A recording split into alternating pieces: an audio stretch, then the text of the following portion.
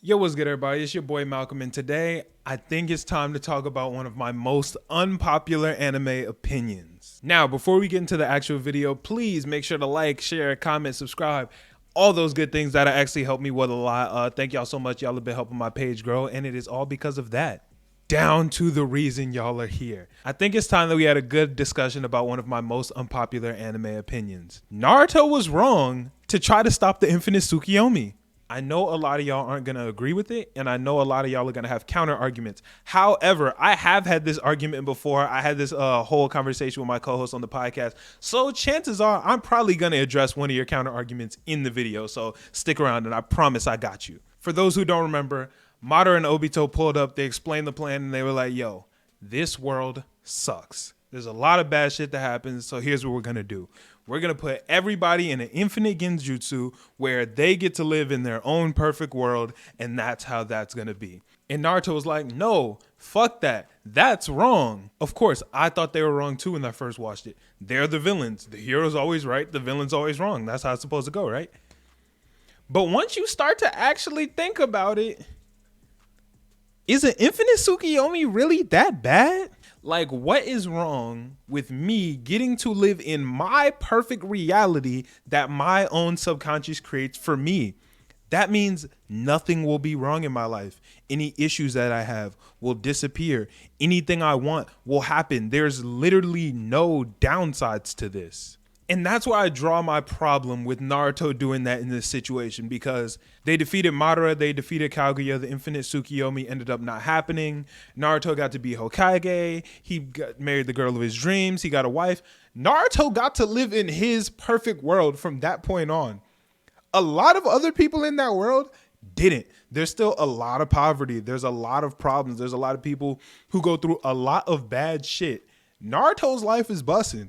There's a lot of people whose life is not. Even in Boruto, there's a whole faction of people who are like, yo, this world sucks. I'm sick. I got health problems. I got bills. Put me in a Tsukuyomi so I can live like Naruto. And look, I'm not saying that Naruto was intentionally being selfish, because he thought that he was being selfless in this situation. Obviously, he thought he was saving people. But when you really look at it in the grand scheme of things, not really. Now, I've actually had this discussion on my podcast before, and one of the counter arguments that my co-host made was, hey, the reason that the Infinite Tsukuyomi is wrong is because you don't get to choose whether you go in it for yourself. But here's the cool thing about the Infinite Tsukuyomi.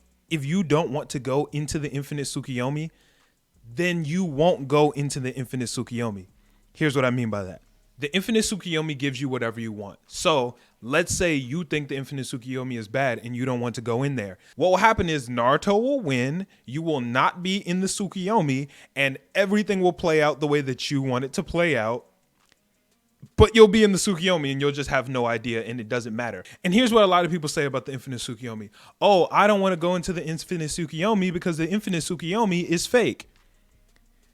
Perception is reality. As long as you think that it's real, then it doesn't matter. As long as you believe this life is the real thing, then it doesn't matter at all.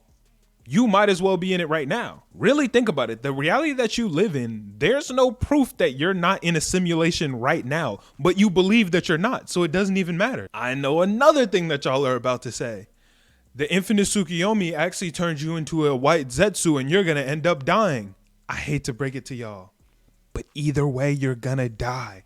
Whether that's regular reality or in the Tsukuyomi, you're gonna die. So if I got my pick, I'd rather die in the perfect world aside from the non-perfect one. Like, at the end of the day, you get to live out your entire life in the Infinite Tsukuyomi. So what's the difference between living it out and dying in the real world, in a world full of problems, strife, and bad things, or living it out in a world of perfection, whatever you want it to be, and dying there? Sure, the whole world becomes white Zetsus, but that doesn't matter because everybody lives out their perfect dream. Same with the argument about kids. You still get to have your kids in the Infinite Tsukuyomi. You get to have your children. You get to experience life. All the things that you would want out of this world still happen, only it's in an alternate perfect reality. Well, I don't want a perfect world. I want a world with struggle, and I want a world with issues, and I want a world with this.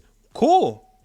then in the Infinite Tsukuyomi, you'll have struggles, you'll have pain. At the end of the day, everybody gets what they want. Just because you want struggles and pain doesn't mean the next guy gotta have it too. And like, that's my main argument with the Infinite Tsukuyomi. At the end of the day, like, Naruto is a GOAT. He's a great guy. I'm sure he wasn't trying to do anything wrong, but it was a little selfish. He was thinking, yo, I don't want this Tsukuyomi. I would rather live, that's the easy way out. I would rather live my way. I would rather fight through it, become Hokage, do all this, do all that. Cool, and that's good for you, Naruto, but you could have did that in the Tsukuyomi, and so can the other people. Other people can live the life that they want. Obito could have got Rin back. Kakashi could have kicked it with his dad. All that could have happened. Now, don't get me wrong. There are some bad sides to the Infinite Tsukuyomi. For instance, it was filler, but, you know, we'll still talk about it.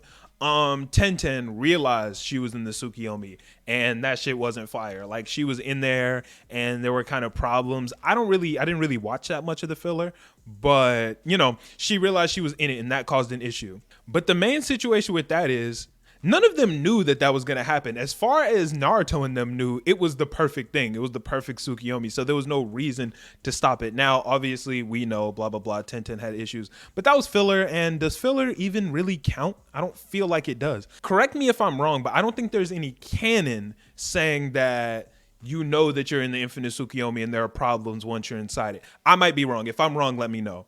Another issue with the Tsukuyomi ideal is the fact that they had to kill some people in order to make that happen. But I don't think people would have had to die if they didn't fight against them. Yo, I'm making this video, and while I'm in the middle of it, I'm realizing to some of y'all, I probably sound like a villain right now. At the end of the day, that's my spiel on the Tsukuyomi. I know y'all probably have some differing opinions. Go ahead, throw them in the comment section. We can argue about it. But at the end of the day, if a perfect world is up for grabs, I don't know what reason you wouldn't take it outside of just pride. Thank y'all so much for watching. I really appreciate it. If y'all haven't already hit the subscribe button, please do that for me. I got a lot more cool content coming for you guys. I decided my new goal is to start uploading 2 to 3 times a week on my personal YouTube. Don't get me wrong, I love E-Man and C2, but it's a lot of fun being able to have conversations with just me where I can get my own thoughts off. So that's actually been really cool, and that's why I like YouTube. If y'all have any ideas for any videos or topics y'all want me to talk about, please let me know. I have so much fun making these videos, so I would really appreciate that. But thank y'all so much for watching, and I will catch y'all in the next one. I'm out. Peace.